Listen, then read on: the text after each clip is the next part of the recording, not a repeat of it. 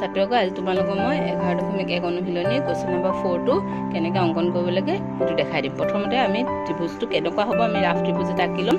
তাৰ বাবে আমি প্ৰথমতে প্ৰশ্নটো পঢ়ি ল'ম। ভূমি 8 সেন্টিমিটাৰ আৰু উন্নতি 4 সেন্টিমিটাৰ যুক্ত এটা সমদ্বিবাহু ত্ৰিভুজ আঁকা। মানে আমাৰ ইয়াৰ ৰাফ ত্ৰিভুজটো কেনেকুৱা হ'ব ধৰি ল'লো। এইটো ত্ৰিভুজ নাম দিছো এ বি সি। ইয়াৰ ভূমি হৈছে 8 সেন্টিমিটাৰ আৰু উন্নতি আমি ধৰি ল'লো এডাল। এই বিন্দুটোত উন্নতি হৈছে ধৰি লৈছো এইটো বিন্দু ও আৰু এটা হৈছে 4 সেন্টিমিটাৰ।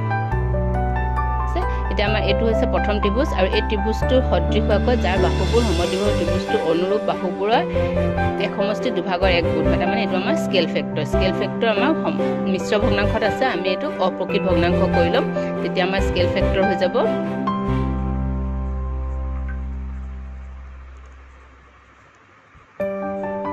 2/3। এতিয়া আমি অংকনটো কেনেকৈ কৰিব লাগে আমি চাওঁ। ইয়াত আমাক দুটাই দিছে, এটা দিছে ভূমি 8 সেন্টিমিটাৰ আৰু এটা দিছে উন্নতি 4 সেন্টিমিটাৰ। তো আমি প্ৰথমতে ভূমিটো আকৌ সদায় আগৰ দৰে ভূমিটো 8 সেন্টিমিটাৰ মই স্কেলেৰে জুখি আঁকি থৈছিলোঁ।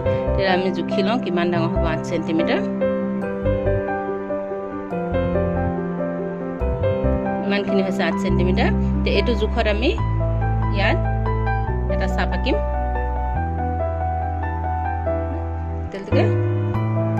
এই বিন্দুটোৰ পৰা এই চাপটো সংযোগ কৰিলে এডাল আমি 8 সেন্টিমিটাৰৰ ভূমিডাল আমাৰ পোৱা যাব। এই ভূমিডাল আমি নাম দিছো বি চি। ইয়াতো আমি দি দিওঁ বি চি। এতিয়া আমি আঁকিব লাগে উন্নতি। তো উন্নতি আমি কেনেকৈ আঁকিম? উন্নতি আঁকা তোমালোকে আগতে তল পাছত শিকিছা উন্নতি কেনেকৈ আঁকিব লাগে। আমি ধৰি ল'লো এতিয়া আমি বি চিৰ ওপৰত এটা অ বিন্দুত আমি লম্ব আঁকিব লাগে, উন্নতি এডাল আঁকিব লাগে। তো লম্বডাল আমি প্ৰথমতে আঁকি ল'ম। লম্ব আঁকাৰ নিয়ম আছে, তোমালোকে যিকোনো এটা নিয়মত আঁকিব পাৰা।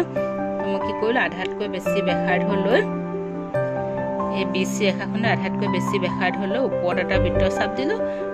চি বিন্দু কেন্দ্ৰ কৰি তলত এটা বৃত্ত চাপ, আকৌ একে চাপ ব্যাসাৰ্ধ লৈ বি বিন্দু কেন্দ্ৰ কৰি ইয়াত এটা চাপ দিলোঁ, ইয়াত এটা চাপ দিলোঁ। এতিয়া এই চাপ দুটাই য'ত কাটিছে এইখিনি আমি সংযোগ কৰি ল'ম।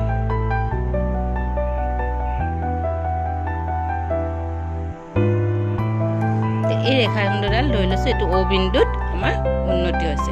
এতিয়া এই উন্নতিডালৰ আমাৰ দৈৰ্ঘ্য 4 সেন্টিমিটাৰ বুলি কৈ দিছে। তাৰমানে আমি এতিয়া 4 সেন্টিমিটাৰ ইয়াৰ পৰা 4 সেন্টিমিটাৰ হ'বলৈ হ'লে আমি ইয়াত জুখি লওঁ 4 সেন্টিমিটাৰ কিমান হ'ব।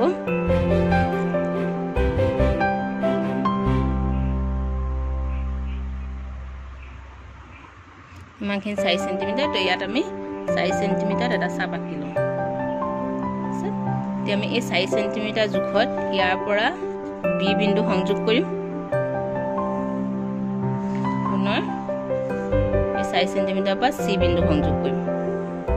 এতিয়া আমি এটা ত্ৰিভুজ পালো এ বি চি, যাৰ ভূমি হৈছে 8 সেন্টিমিটাৰ বি চি আৰু উন্নতি হৈছে এ অ। এডালৰ দৈৰ্ঘ্য হৈছে 4 সেন্টিমিটাৰ। এতিয়া আমি ইয়াৰ সদৃশকৈ আন এটা ত্ৰিভুজ আঁকিবলৈ যাৰ স্কেল ফেক্টৰ 3/2। এইটো আমি আগৰ দৰে বি বিন্দুত সূক্ষ্ম কোণ হোৱাকৈ আমি এডাল ৰশ্মি আঁকিলো বি এক্স। ইয়াৰ ওপৰত আমি 3টা সমান ভাগ কৰিম।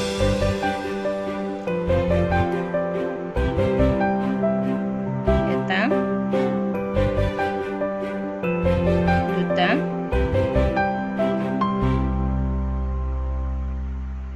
তিনিটা সমান ভাগ কৰিলো। নাম ভাগকেইটা আমি নাম দি দিওঁ। এইটো বিন্দুৰ নাম B1, এইটো বিন্দুৰ নাম B2, এই বিন্দুটোৰ নাম থৈছো B3। এতিয়া আমি তলত যিটো সংখ্যা আছে 2 লগত B2 2 লগত আমি চি বিন্দু সংযোগ কৰিম। যেহেতু এইটো অপ্ৰকৃত ভগ্নাংশ হয় স্কেল ফেক্টৰটো, গতিকে আমি সেইটো নিয়মত অংকন কৰিবলৈ B2 লগত চি সংযোগ কৰিলোঁ। এতিয়া আমি B3 B2C সমান্তৰালকৈ এডাল ৰেখাখণ্ড আঁকিম। সমান্তৰাল ৰেখাখণ্ড কেনেকৈ আঁকিব লাগে তোমালোকক আগতে কোৱা হৈছে। B2 বিন্দু কেন্দ্ৰ কৰি আমি এটা বৃত্ত চাপ আঁকিলো। একে সমান ব্যাসাৰ্ধ লৈ B3 বিন্দুত কেন্দ্ৰ কৰি আমি আন এটা বৃত্ত চাপ আঁকিছো। এই চাপ দুটা আমাৰ 3টা বিন্দুত কটাকটি কৰিছে, এটা এইটো আৰু এই 3টা বিন্দু। এতিয়া প্ৰথম চাপটোৱে যি দুটা বিন্দুত কটাকটি কৰিছে সেই বিন্দু দুটাৰ মাজৰ দূৰত্ব আমি জুখি ল'ম ইয়াৰ পৰা ইয়ালৈকে। জুখি ইয়াত আমি এটা চাপ আঁকিলো। একে সমান ব্যাসাৰ্ধ লৈ 3 নম্বৰ বিন্দুটোৰ পৰা এটা চাপ আঁকিলো এতিয়া এই চাপ দুটাই য'ত কটাকটি কৰিলে তাৰ লগত B3 সংযোগ কৰি আমি বঢ়াই দিম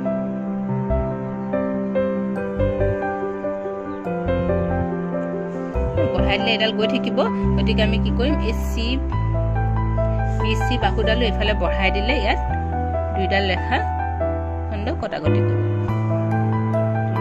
C এই বিন্দুটোক আমি ধৰি লম C দেশ এতিয়া আগৰ দৰে AC সমান্তৰালকৈ আমি এডাল আঁকিম C দেশত আমি আনডাল ৰেখাখণ্ড আঁকিম আগৰ দৰে যিকোনো এটা ব্যাসাৰ্ধ লৈ ইয়াত এটা বৃত্ত চাপ আঁকিলো একে সমান ব্যাসাৰ্ধ লৈ আমি C দেশত এটা বৃত্ত চাপ আঁকিছো তে তিনিটা বিন্দু আমি বাছি লম এই দুটা বিন্দু ইয়াত আৰু এই দ্বিতীয় চাপে ইয়াত কটাকটি কৰিছে প্ৰথম চাপতে যি দুটা বিন্দু কটাকটি কৰিছে তাৰ মাজৰ আমি দূৰত্বটো জুখি লম এইখিনি জুখি ইয়াত চাপ আঁকিলো একে সমান ব্যাসাৰ্ধ লৈ এই বিন্দুটোত কেন্দ্ৰ কৰি আমি আৰু এটা চাপ আঁকিলো এতিয়া C দেশৰ লগত এই বিন্দুটো সংযোগ কৰি আমি বঢ়াই দিম বঢ়াই দিলে এডাল গৈ থাকিব ঠিক আমি কি কৰিম AB ডালক যদি আগলৈ বঢ়াই দিও তে দুইডালে ইয়াত কটাকটি কৰিছে তেন্তে এই বিন্দুটো আমাৰ হ'ব A ডেশ এতিয়া আমাৰ আঁকিবলগীয়া ত্ৰিভুজটো হৈছে A ডেশ B C ডেশ এটা আমাৰ আঁকিবলগীয়া ত্ৰিভুজ A ডেশ B C ডেশ আঁকিবলগীয়া ত্ৰিভুজ